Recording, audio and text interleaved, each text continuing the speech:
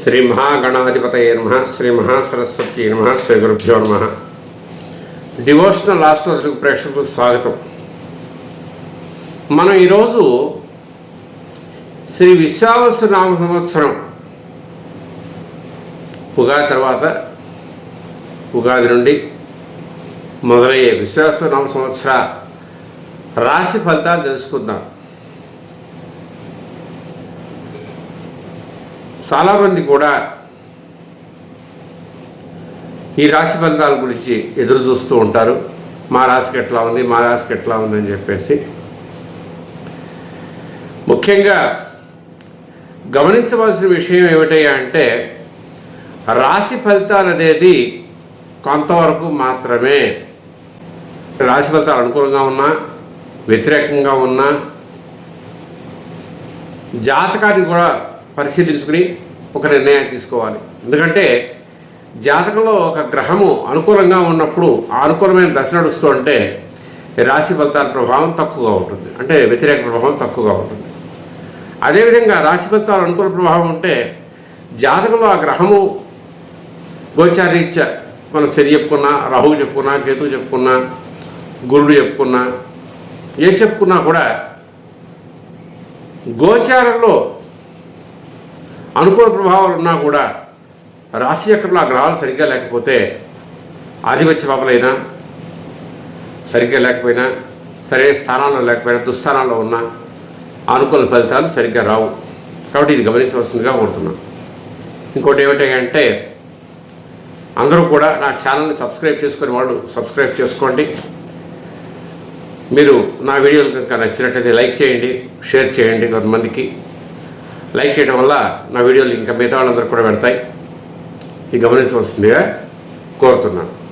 ముఖ్యంగా మనం రాశి ఫలాలకు పెడదాం. మేషరాశి వారికి ముఖ్యంగా గురుడు ఈ మార్చి 30, అంటే మనం ఉగాది నుండి లెక్క పెట్టుకుందాం. ఈ మార్చి 30 నుండి ఏప్రిల్ 14 దాకా కూడా వృషభంలోనే ఉంటాడు. ద్వితీయ గురుడు మంచివాడు కాబట్టి ఆ యొక్క గురుడు యొక్క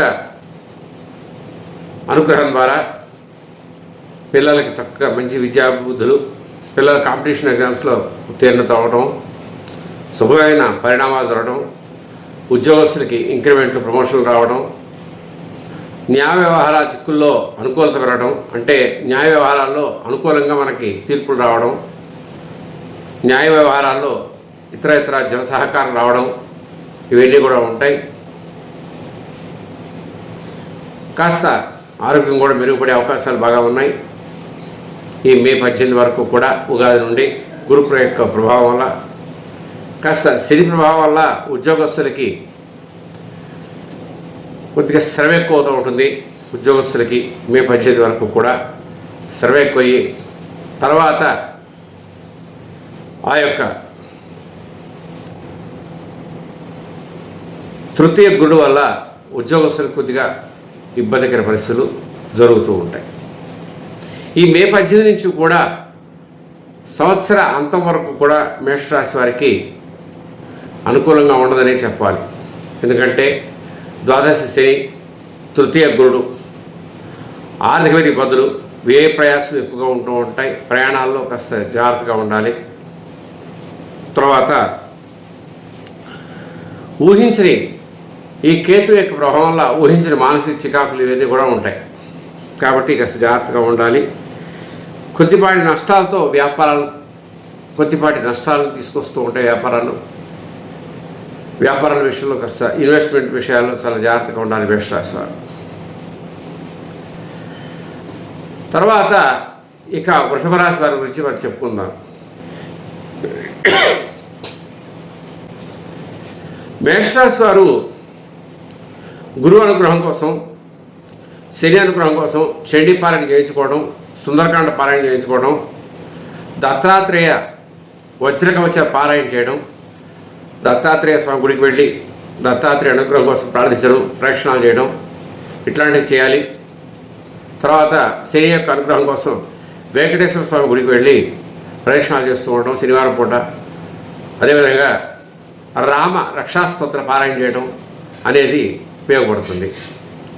ఇక వృషభ రాశి వారు, వృషభ రాశి అంటే కృత్తిక 2, 3, 4 పాదాలు, రోహిణి 4 పాదాలు, మృగశిర 2 పాదాలు వృషభ రాశికి చెందినవారు.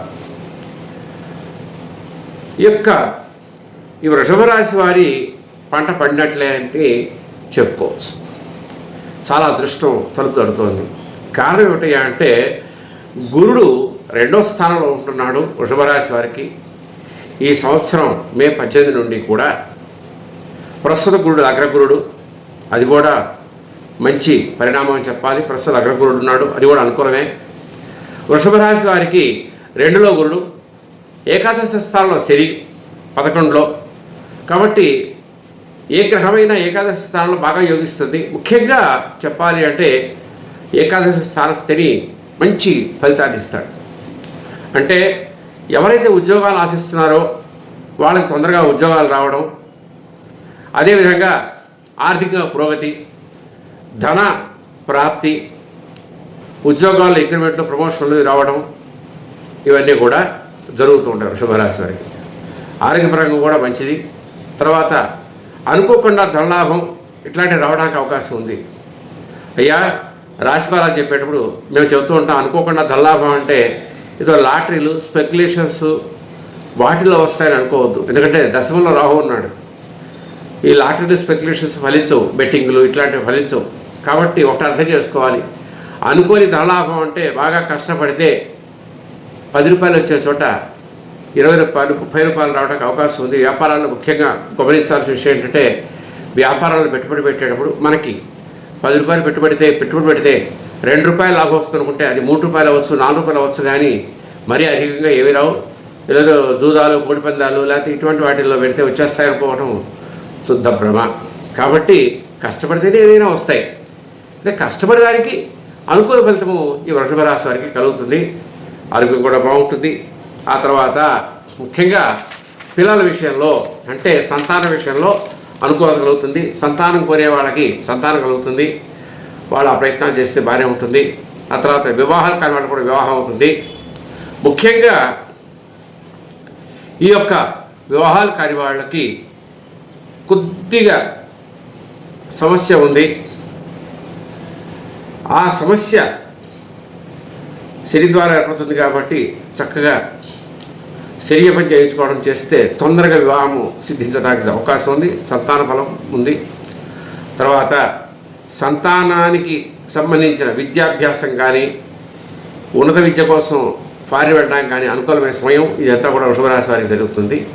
వారికి పైగా తర్వాత వాళ్ళకి ఈ యొక్క సంవత్సరంలో వ్యాపారం చేసే వాళ్ళకి ముఖ్యంగా ఇనుము, తర్వాత ఇతర లోహాల సంబంధించి వ్యాపారం చేసే వాళ్ళకి చాలా అనుకూలమైన సమయం.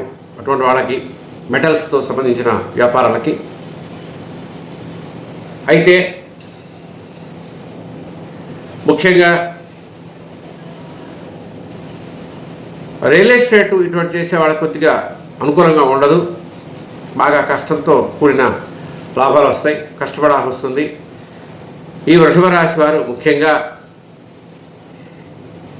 రాహు సంబంధించిన పరిహారాలు చేసుకోవాలి. దుర్గా సప్తశతి పారాయణ చేయించుకోవడం, తర్వాత దుర్గామ్మవారి గుడికి వెళ్ళడం, ఆవిడికి సంబంధించిన ఏదైనా సరే కానుకలు ఇవ్వడం, పసుపు కుంకుమ ఇటువంటివి ఇవ్వడం చేయాలి. ఆ తర్వాత వెంకటేశ్వర వజ్రకవచ పారాయణ చేసుకోవడం వల్ల ఇంకా చక్కగా మంచి ఫలితాలు, ఇప్పుడున్న అనుకూల ఫలితాలు వృద్ధి చెందడానికి అవకాశం ఉంది. ఇంకా ఆ తర్వాత మనం మిథున రాశి వారి దగ్గరికి వద్దాం. మిథున రాశి వారికి లగ్న గురుడు అనుకూలమైందే, కానీ దశమంలో శని ఉండడం అంత శ్రేష్టం కాదు. దశమంలో శని ఉండడం వల్ల ఏమవుతుందంటే ఉద్యోగాలు పొందాలనుకునే వాళ్ళకి ఇబ్బంది కలుగటం అవుతుంది. ఉద్యోగాలు రాకపోవడం ఉండదు, కానీ ఉద్యోగ ప్రయత్నాల్లో ఆలస్యం జరుగుతూ ఉంటుంది, ఇబ్బందులు కలుగుతూ ఉంటాయి, కష్టపడాల్సి వస్తుంది, శ్రమ ఎక్కువ చేయాల్సి వస్తుంది ఉద్యోగ ప్రయత్నాల్లో. అయితే సప్తమైన గురుదృష్టి ఉండడం ఒక వివాహ విషయాల్లో ప్రయోజనకారి. ఎందుకంటే సప్తమాధిపతి కూడా గురుడే కదా. కాబట్టి ఈ యొక్క మిథున రాశి వారికి వివాహ ప్రయత్నాలు బాగా అనుకూలంగా ఉంటాయి. అదే సంతానం పొందగలిగే వాళ్ళకి అవసరమైన వాళ్ళకి సంతానం పొందుతారు. ఆ ప్రయత్నాల్లో విజయం లభిస్తుంది. అదేవిధంగా భాగ్యస్థ రాహువు ఉండటం వల్ల అన్ని శుభాలే కలుగుతాయి. మనం చేసే పనుల్లో ఫలితాలు తొందరగా ఉంటాయి. అయితే ఈ ఫలితాలు అనేది ముఖ్యంగా వ్యాపారస్తులకి, లోహ వ్యాపారం చేసేవాళ్ళకి చాలా అనుకూలమైన సమయం. ఇనుము సంబంధించిన వ్యవహారాలు, తర్వాత ఎండుమిర్చి, తర్వాత నూనెల వ్యాపారాలు చేసే వాళ్ళకి అనుకూలమైన సమయం. వాళ్ళకి శుభప్రదమైన రిజల్ట్స్ వస్తూ ఉంటాయి. మిగతా వ్యాపారాల్లో కొద్దిగా ఆలస్యంగా లాభాలు రావడం, కొద్ది లాభాలు తగ్గడం జరుగుతూ ఉంటుంది. ఉద్యోగస్తులు కూడా శ్రమ ఎక్కువగా ఉంటుంది. తర్వాత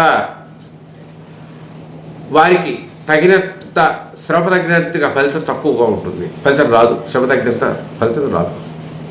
కొంచెం జాగ్రత్తగా ఉండాలి. ఈ యొక్క మిథున రాశి వారు వెంకటేశ్వర దగ్గరకు వచ్చి పారాయణ చేయించుకోవడం, వెంకటేశ్వర గుడికి వెళ్ళడం రోజు కూడా, తర్వాత గురువు సంబంధించిన శనగలు దానం చేస్తే గురువు యొక్క అనుకూలతగా పెరిగి బ్రాహ్మణికి శనగలు దానం చేయడం, కొంత దక్షిణ ఇవ్వడం, తర్వాత మామిడికాయలు పంచడం, మామిడి పళ్ళు పంచడం, అంటే మామిడి పళ్ళు, తీపి మామిడి పళ్ళు పంచడం, మామిడి రసం పంచడం, ఇట్లాంటివి చేస్తే శుభ పరిణామాలు ఇంకా ఇనుమడిస్తాయి, శుభంగా ఉంటుంది. ఇంకా తర్వాత కర్కాటక రాశి వారికి వ్యయంలో గురుడు ఉన్నాడు. అనుకూలత ఏంటంటే శని భాగ్యంలో ఉన్నాడు. శని భాగ్యంలో ఉండటం శుభప్రదం. కోణస్థానం, లక్ష్మీస్థానం. శని లక్ష్మీ ఇస్తాడు. ఎవరైతే ఇన్నాళ్ళు కూడా ధనం ఇబ్బందులతో పడుతున్నారో వాళ్ళకి శుభం అని చెప్పుకోవాలి. కాకపోతే డబ్బు వస్తుంది, వ్యయం కూడా ఎక్కువగానే ఉంటుంది. ధనం వ్యయం కూడా ఎక్కువగా ఉంటుంది. పిల్లలు కొద్దిగా అంటే సంతానం విషయంలో ఇబ్బంది అవుతూ ఉంటుంది. సంతాన పొందాల్సిన వాళ్ళకి కొద్దిగా వ్యతిరేక ఫలాలు అవటానికి అవకాశం ఉంది. ఆరోగ్యపరంగా కూడా సంతానపరంగా వాళ్ళకి చిక్కులు లభిస్తాయి, చిక్కులు ఉంటూ ఉండొచ్చు. తర్వాత కర్కాటక రాశి వారికి కేతు ప్రభావం వల్ల వైరాగ్యము, నిర్లిప్త ఇటువంటివన్నీ కూడా అవకాశం ఉంది. వాళ్ళ మాటల్లో కూడా పారుష్యం ఉంటుంది. వాళ్ళ మాటల్లో కూడా ఎక్కువ అగ్రెసివ్నెస్ ఉంటుంది. అది తగ్గించుకోవాలి. ఎందుకంటే కేతు ప్రభావం తొందరగా కోపం రావడం అవకాశం ఉంటుంది ఈ కర్కాటక రాశి వారికి. తద్వారా జనసహకారం ఇబ్బంది అవుతుంది. ఇంట్లో వాళ్ళు కానీ బయట వాళ్ళు కానీ వ్యతిరేకంలో ఉండడానికి అవకాశం ఉంది.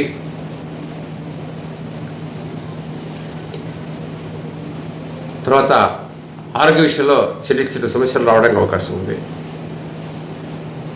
ముఖ్యంగా వ్యాపారస్తులకి కొద్దిగా అనుకూలత సరిగ్గా ఉండదు, నష్టాలు వస్తూ ఉంటాయి. అయితే శని ప్రభావం వల్ల అన్ని శుభాలే కలుగుతాయి. ఎందుకంటే భాగ్యస్థ శని చాలా గొప్పవాడు. ఆయన వ్యాపారస్తుల లక్ష్మీ ప్రదాత కూడా అవుతాడు. ఈ మిశ్రమ ఫలితాల వల్ల కర్కాటక రాశి వారు ముఖ్యంగా గురువు సంబంధించిన దక్షిణామూర్తి స్తోత్రం పారాయణ చేసుకోవటం, తర్వాత రామరక్షా స్తోత్రం పారాయణ చేయడం లేదా అంటే తర్వాత దత్తాత్రేయ వజ్రకవచం పారాయణ చేసుకోవటం, ఇవన్నీ కూడా మంచిది. తర్వాత మిగతా ఫలితాలు ఇంకొక వీడియోలో మీకు అందిస్తాను. స్వస్తి.